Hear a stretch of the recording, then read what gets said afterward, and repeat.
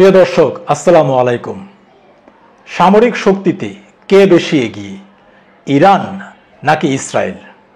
এই ভিডিওতে তুলনামূলক তথ্য দেওয়ার চেষ্টা করব এবং তাতে আপনারা বুঝতে পারবেন যে আসলে কে এগিয়ে রয়েছে, ইরান নাকি ইসরায়েল। প্রথমে আসি সৈন্য সংখ্যা নিয়ে। যুক্তরাজ্য ভিত্তিক গবেষণা প্রতিষ্ঠান ইন্টারন্যাশনাল ইনস্টিটিউট ফর স্ট্র্যাটেজিক স্টাডিজের 2023 সালের দ্য মিলিটারি ব্যালেন্স প্রতিবেদন অনুসারে ইরানে সেনাবাহিনী, বিমান বাহিনী এবং নৌবাহিনী মিলিয়ে সর্বমোট 6,10,000 সক্রিয় সৈন্য রয়েছে। এছাড়াও ইরানের রিজার্ভ বাহিনীর সদস্য সংখ্যা হল 3,50,000। অন্যদিকে ইসরায়েলে সেনাবাহিনী, নৌবাহিনী এবং বিমান বাহিনী মিলিয়ে সর্বমোট 1,69,500 সক্রিয় সৈন্য রয়েছে। তাদের রিজার্ভ বাহিনীর সদস্য সংখ্যা হল 4,65,000। এবার আসি স্থলবাহিনী নিয়ে। দ্য মিলিটারি ব্যালেন্স 2023 অনুসারে ইরানের রয়েছে 10,513টিরও বেশি যুদ্ধ ট্যাঙ্ক, 6,798টি আর্টিলারি গান এবং 640টিরও বেশি সাঁজোয়া যান। সেনাবাহিনীর রয়েছে 50টির হেলিকপ্টার এবং IRGCর রয়েছে 5টি। অন্যদিকে ইসরায়েলের রয়েছে প্রায় 400টি যুদ্ধ ট্যাঙ্ক, 530টি আর্টিলারি গান এবং 1,190টিরও বেশি সাঁজোয়া যান। এবার চলুন দেখি বিমান বাহিনীতে কি রয়েছে।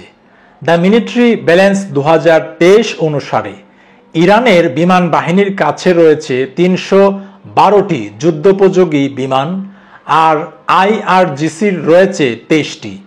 বিমান বাহিনীর রয়েছে 2টি অ্যাটাক হেলিকপ্টার, সেনাবাহিনীর 50টি এবং IRGCর 5টি। অন্যদিকে ইসরায়েলের রয়েছে 345টি যুদ্ধোপযোগী বিমান এবং 43টি অ্যাটাক হেলিকপ্টার। চলুন দেখি যে নৌবাহিনীতে কি রয়েছে দুটি দেশের। দ্য মিলিটারি ব্যালেন্স 2023 অনুসারে ইরানের নৌবাহিনীর কাছে রয়েছে 17টি ট্যাকটিক্যাল সাবমেরিন, 68টি উপকূলীয় টহল ও যুদ্ধজাহাজ, 7টি করভেট, 12টি ল্যান্ডিং শিপ, 11টি ল্যান্ডিং ক্রাফট এবং 18টি লজিস্টিক ও সহায়ক জাহাজ। অন্যদিকে ইসরায়েলের রয়েছে 5টি সাবমেরিন এবং 49টি উপকূলীয় টহল ও যুদ্ধজাহাজ। এবার চলুন দেখি যে বিমান প্রতিরক্ষা ব্যবস্থায় কি রয়েছে দুটি দেশের। দ্য মিলিটারি ব্যালেন্স 2023 আমাদেরকে যেটি বলছে যে ইসরায়েলের বিমান প্রতিরক্ষা ব্যবস্থার মূল ভিত্তি হল আয়রন ডোম, যা সম্প্রতি ইরানি ক্ষেপণাস্ত্র হামলার বড় অংশ প্রতিহত করতে সক্ষম হয়েছে বলে ধারণা করা হয়। এই ব্যবস্থার একটি রাডার রয়েছে যা ধেয়ে আসা ক্ষেপণাস্ত্র এর গতি ও দিক নির্ণয় করে।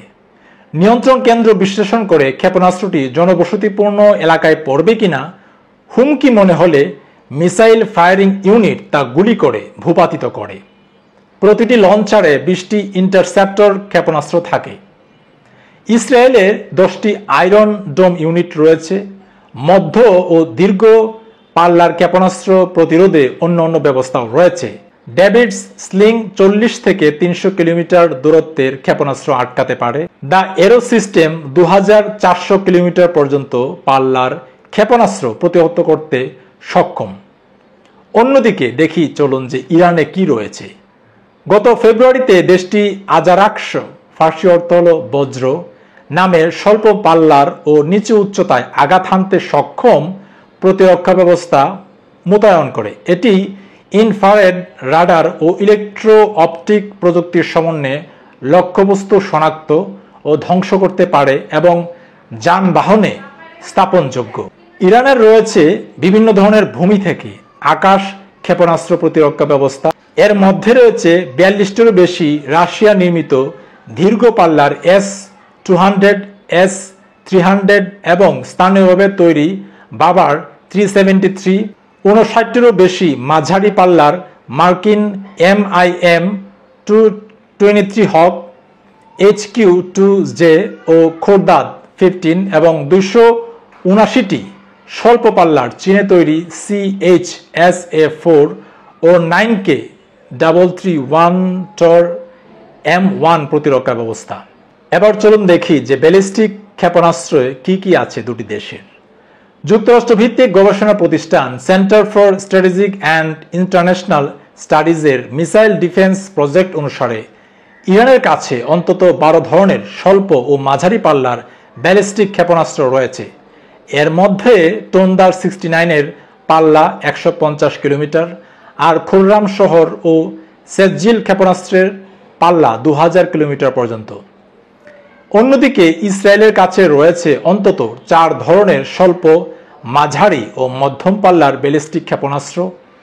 এর মধ্যে LOR এর পাল্লা 280 কিলোমিটার এবং জেরিকো 3-এর পাল্লা 4800 থেকে 6500 কিলোমিটার। এবার দেখি যে পারমাণবিক সক্ষমতায় দুটি দেশ কতটুকু এগিয়ে। যুক্তরাষ্ট্র ভিত্তিক আর্মস কন্ট্রোল অ্যাসোসিয়েশনের তথ্য অনুসারে ইসরায়েলের কাছে রয়েছে প্রায় 90টিরও পারমাণবিক বোমা রয়েছে বলে ধারণা করা হয়। অন্যদিকে ইরানের কাছে পারমাণবিক অস্ত্র নেই বলে মনে করা হয়, তবে তাদের একটি সমৃদ্ধ পারমাণবিক কর্মসূচি রয়েছে এবং দেশটি একাধিক পারমাণবিক স্থাপনা ও গবেষণা কেন্দ্র পরিচালনা করে। প্রিয় দর্শক, এতক্ষণ যে তুলনামূলক তথ্য আপনাদের সামনে উপস্থাপন করলাম, এটি আসলে দৈনিক প্রথম আলো অনলাইনের একটি সংবাদ থেকে নেওয়া, যে সংবাদটি আল জাজিরাকে সূত্র দিয়ে প্রকাশ করা হয়েছে। আপনারা কমেন্ট সেকশনে মন্তব্য করে জানাবেন যে এই ভিডিওটি আপনাদের কেমন লাগলো। তো দর্শক, ভালো থাকবেন সবাই, আপনাদের সবার জীবন সুন্দর হোক।